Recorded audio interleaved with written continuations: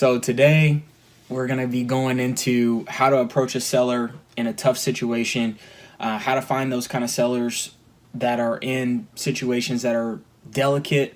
But again, the most delicate situations are obviously the ones where there's the biggest opportunity for us to help and contribute. So without further ado, let's get into it. So basically, you want to approach a seller.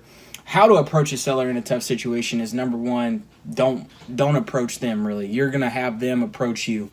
So your marketing is going to go out to people in certain categories that need help. So you've got people that have experienced a death in the family. They're currently experiencing, maybe they got the letter from the doctor saying, hey, you've got 3 months to live or something like that. People going through divorce, people who's lost their job, transferred their job to a new state or something like that, and they need to sell their house as quickly as possible. Behind on their taxes, behind on their mortgage, in pre-foreclosure, a house that's currently vacant, burned out landlord that just has had bad tenants in the past, or just a physically torn up house for any reason, any of those reasons. You know, some landlords have tenants that tear up the place before they move out, which kind of sucks. And a lot of times they don't want to put the money back into the house to, you know, rent it out again or flip it. You know, they just don't want the time or energy. Some of the landlords that are burned out are, you know, older people that just don't want to deal with it anymore. So these are people that are kind of looking to sell and they have a motivation to sell.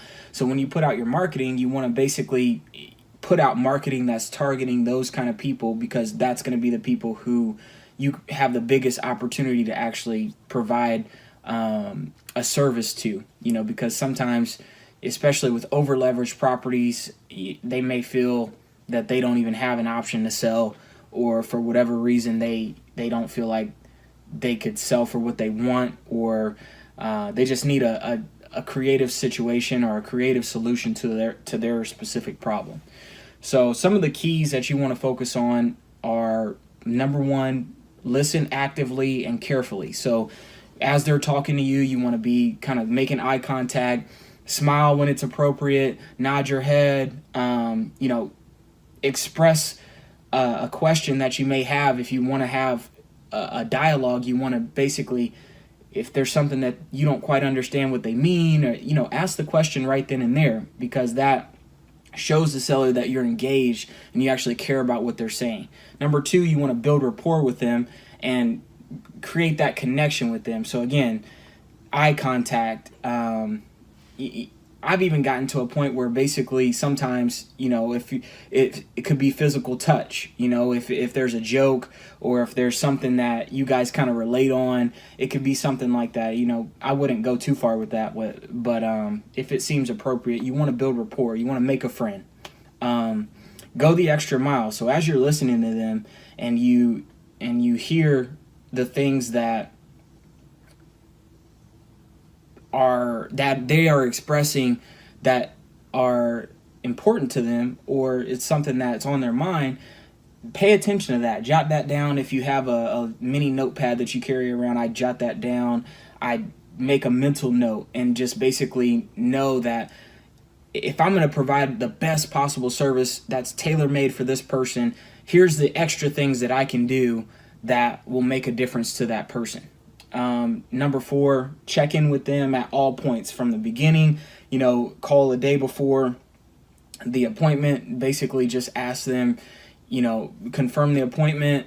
When you get back, you know, send them info that seems appropriate from your guys' conversation.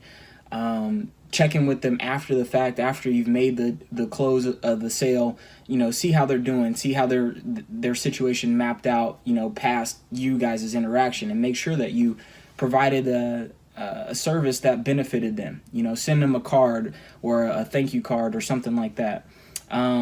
Put their needs first. So when you're negotiating their deal on how they're going to sell the house, you want to ask, and we'll get into key questions to ask, but you want to put their needs first. You want to really tailor make everything that you do for that specific person, because when you create an individual relationship with that person, it makes them feel special. It makes them more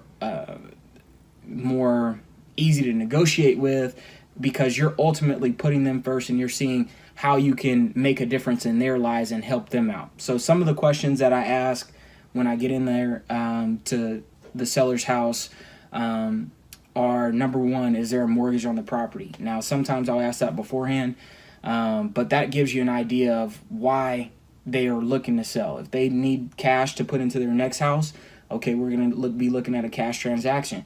If it's something where they just really don't want the responsibility of the property anymore, we can create something that's a little more creative and maybe pay them directly. If there's no mortgage on the house, that's even easier to do when it's free and clear. So another one is, why are you wanting to sell right now? What's your motivation to sell? And then that's kind of on the phone as well, where you get an idea of what kind of seller you're working with. Like I said, people who are behind on the mortgage, pre-foreclosure, vacant, burned out landlord, experiencing a death in the family, they may live in another state, and the property is located in this state over here.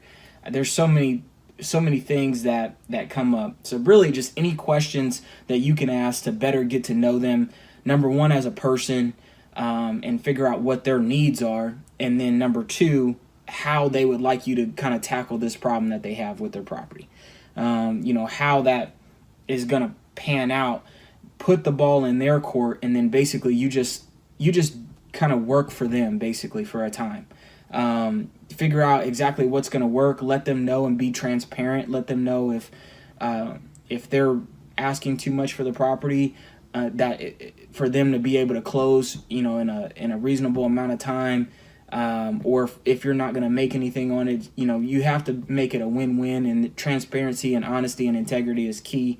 And just be straight up with them on what their options are, how you can help. And if you can't help them, basically you can refer them to somebody else in your network and make a referral.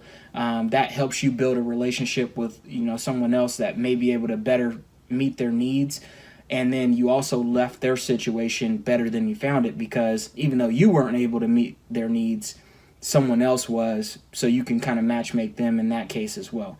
So that's really what I have for you guys today. Wanted to go over that a little bit more and just talk about how to kind of approach those delicate situations and really just have compassion, have empathy, put yourself in their shoes, get a clear picture of what's really going on, and don't put yourself first in that you want to make this money, or you want to do a certain exit strategy with this particular property. You can explain why that would make the most sense if it does make the most sense, and you'll have to sell the seller on that, but it has to be really geared towards their needs and understanding where they're coming from, and feeling their pain a little bit. So I hope that helped, and I'll see you guys on the next one.